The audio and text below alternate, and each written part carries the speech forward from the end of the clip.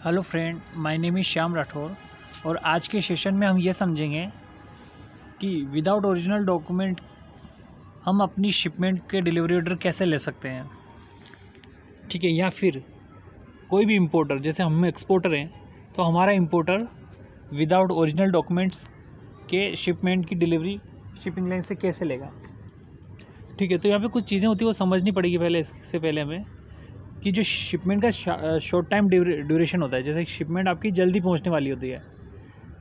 ठीक है, जैसे श्रीलंका है तो इंडिया के बिल्कुल पास में है, तो इन दिस केस आपका शिपमेंट 3 दिन में पहुंच जाएगी, 3 या 2 दिन में पहुंच जाएगी बाई सी। ओके, ठीक है, बट कुछ समय इधर आपका कस्टम क्लियरेंस पे लगेगा और आपकी फैक्ट्री से गुड्स सी पोर्ट तक जाएंगे, उसमें टाइम लगेगा।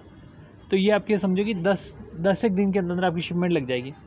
तो यहाँ पे समझने की बात यह है कि जब हम शिपमेंट को श्रीलंका के लिए एक्सपोर्ट कर रहे हैं तो हमें BL SOB नहीं लेना होगा, हमें लेना होगा RFS BL। ओके, तो BL ही समझ लेते हैं थोड़ा सा। मैं इस चीज़ के लिए BL क्या होता है ताकि ये वीडियो अच्छी तरह समझ में आए। BL जैसे ओरिजिनल BL लेडिंग होता है, उसको SOB बोलते हैं। तो उसमें क्या होता है कि आपको ओरिजिनल बिल ऑफ लेडिंग की 3 कॉपियाँ जब आप इंपोर्टर कंट्री में दिखाएंगे तभी आपको शिपमेंट की डिलीवरी ऑर्डर मिलेगी। Okay, in case of RFS भी सेम वैसा ही होता है जैसा कि ओरिजिनल बिल ऑफ लेडिंग, लेकिन ये इशू पहले से हो जाता है। SOB बिल वो इशू होता है आपका शिपमेंट जब पोर्ट ऑफ लोडिंग से आपकी सेल हो जाएगी, मतलब शिपमेंट आपकी निकल जाएगी, तब आपका बिल ऑफ लेडिंग इशू होगा, ओरिजिनल बिल ऑफ लेडिंग, जिसको SOB बोलते हैं। But in case of RFS bill of lading ये आपका शिपमेंट सेल होने से पहले ही मिल जाता है, जिससे क्या होता है कि हमें कुछ टाइम पहले मिल जाता है ताकि हम ओरिजिनल डॉक्यूमेंट को इंपोर्टर कंट्री में बैंक के थ्रू भिजवा सकें। ठीक है, तो ये चीज़ समझने की है कि जो RFS BL होता है वो रिसीव फॉर शिपमेंट होता है, वो आपको शिपमेंट जहाज़ पे चढ़ने से पहले ही शिपिंग लाइन इशू कर देती है।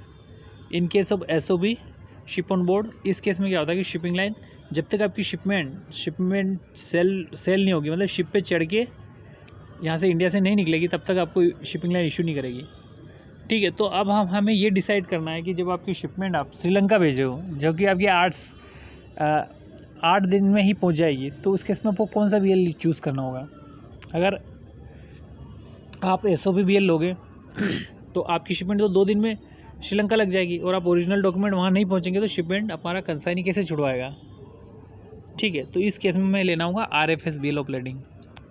तो RFS बिल ऑफ लेडिंग में क्या आपको शिपमेंट सेल होने से पहले ही मिल जाएगा, जिससे आपको 1 हफ्ते के लगभग टाइम मिल जाएगा और उस टाइम में आप उसको बैंक में जमा करवा के बैंक के थ्रू अपनी शिपमेंट के डॉक्यूमेंट कंसाइनी तक पहुंचा सकते हो। ठीक है, तो ये चीज़ तो यहाँ पे हो गई आपकी RFS और SOB BL bill of lading के बारे में। अब बात आती है कि आपका ऐसा कोई केस हो गया जिसमें आपके ओरिजिनल डॉक्यूमेंट वहाँ नहीं पहुँचे और शिपमेंट पहुँच गई, तो आप क्या करोगे इस केस में। ठीक है, आपका बिल ऑफ लेडिंग SOB है और यहाँ पे आपका जो शिपिंग लाइन है original bill of lading issue किया आज किया है और ये समझो कि परसों शिपमेंट आपकी श्रीलंका लग जाएगी।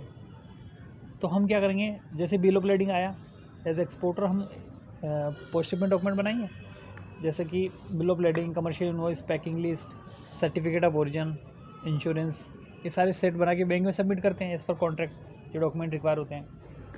ठीक है, तो इसमें क्या आपका 1 दिन तो आपकी यहीं लग जाएगा कि आपने को बिल ऑफ लोडिंग मिला, आपने डॉक्यूमेंट बनाए, प्रिपेयर किए और बैंक में सबमिट किए, 1 दिन ही हो गया।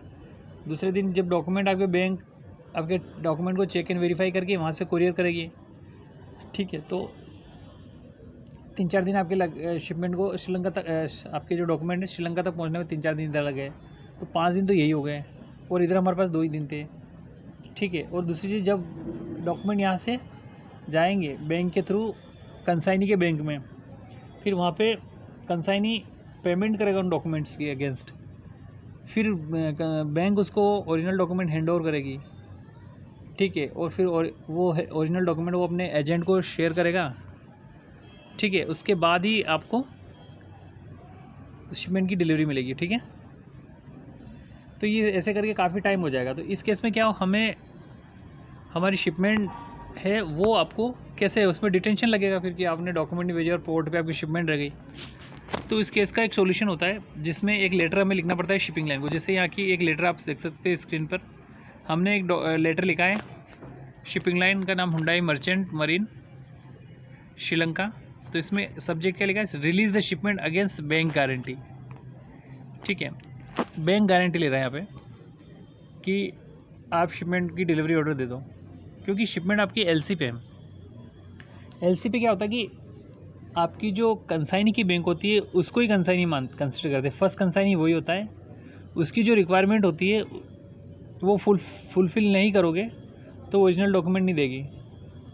ठीक है, तो यहाँ पे जो हमारी बैंक है, मतलब एज एक्सपोर्टर की बैंक है, वो गारंटी कर रही है कौन सी, फॉरेन बैंक को, कि आप ये शिपमेंट की डिलीवरी ऑर्डर इनको दे दो, हम आपकी गारंटी लेते हैं, अगर कोई प्रॉब्लम होगी तो हम आपको पे करेंगे।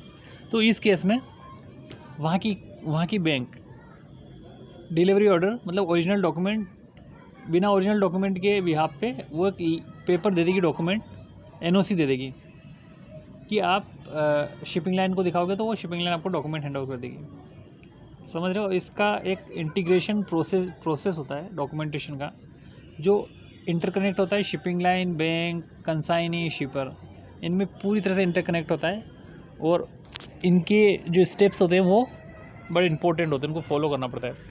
तो यहाँ चीज़ हमें ये समझने की ये है कि जब ये लेटर हम वहाँ की बैंक को देंगे तो हम क्या लिखेंगे उसमें, वो भी पढ़ लेते थोड़ा। सब्जेक्ट है release shipment against the bank, okay, और आपने BL नंबर लिख दिया। Dear sir, with the reference to subject BL, the shipment reach at the destination port 23 and the original shipping documents in transit which be received in 2 October and 2020, means कि it will be received some late but shipment already received there, okay, as per tracking share by LC, okay, tracking भी हम लगा देंगे कि ये इसकी DHL के द्वारा डॉक्यूमेंट ने भेजे बैंक ने, okay. And share LC negotiation bank, हमने जो हमारा नेगोशिएशन बैंक है, एलसी नेगोशिएशन, जो मैंने जैसा कि बताया कि एलसी के केस में बैंक ही कंसाइनी बन जाती है, तो उस बैंक को हमने शेयर कर दिया है। Due to delay delivery of the shipping document we hereby authorize to consignee to submit bank guarantee to get delivery order on our behalf. ठीक है, देयर इज़ नो ऑब्जेक्शन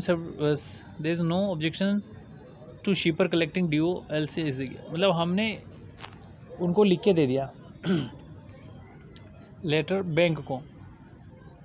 इसमें ये integrated इस प्रकार से होता है कि हमें पेमेंट लेनी होती है, हम अपनी बैंक से बोलते हैं कि पेमेंट चाहिए, हमारी बैंक उनकी बैंक से बोलती है कि हमें पेमेंट चाहिए, और उनकी बैंक मतलब उन्हीं कंसाइनी को बोलती है कि हमें पेमेंट चाहिए। तो ये इंटरकनेक्शन है। तो अगर हम ही उनसे बोल देंगे कि हमें अभी पेमेंट हमने कर दी है और हम ये गारंटी दे रहे हैं कि हमारे डॉक्यूमेंट अभी पहुँचेंगे नहीं, आप इसकी डिलीवरी ऑर्डर कर दो, तो उस केस में फिर ये मान जाते हैं। तो एक सर्टिफिकेट हमें, ऐसा एक लेटर हमें देना पड़ेगा उनको, तभी वो इस पर मान जाएंगे। या फिर आप एक अनदर केस ऐसा भी होता है, ये तो हो गया आपकी शॉर्ट टाइम डिलीवरी शिपमेंट्स, जैसे कि आपकी शिपमेंट जल्दी पहुंच गई और डॉक्यूमेंट आपके पहुंचने में थोड़ा टाइम लग रहा हो। लेकिन एक अनदर टाइप ऑफ आल्सो भी होता है, जो कि उस केस में क्या होता है कि जैसे अब लॉकडाउन के टाइम पे क्या हो रहा है कि shipping line original bill of lading नहीं इशू कर रही है यहाँ पे, लेकिन हम अगर इन्फॉर्म कर दें शिपिंग लाइन को, यहाँ की शिपिंग लाइन को, कि आप ऐसा करना कि ये ओरिजिनल बिल ऑफ lading हम वहाँ भेजेंगे, इससे अच्छा आप वहीं पे इशू कर देना, डेस्टिनेशन कंट्री में original bill of lading issue कर देना, ताकि इस ट्रांजिट का टाइम मतलब आपके कोरियर का टाइमिंग बच जाए और वहाँ पे इशू होकर आप अपना कंसाइनी जो वो शिपमेंट का डिलीवरी ऑर्डर ले सके। तो इस केस में भी ये होता है। तो दोनों केसों को अगर हम समझें तो दोनों में ऐसा केस आता है कि SOB बिल ऑफ lading या ओरिजिनल बिल ऑफ lading दिखाने पर ही आपको शिपमेंट डिलीवरी ऑर्डर मिलेगा। तो इनके भी कुछ सोल्यूशन होते हैं जिसमें आप shipment bill of lading surrender कर दो अपनी बैंक को यहीं पे, और वहाँ पे बोल दो कि वो वहाँ पे कंसाइनी की वहाँ पे शिपिंग लाइन आपको इशू कर देगी नया बिल ऑफ lading, उसकी भी आप मिल जाए। लेकिन इसकी शिपिंग लाइन अपने खुद के चार्जेस लेती है इस प्रोसीजर के।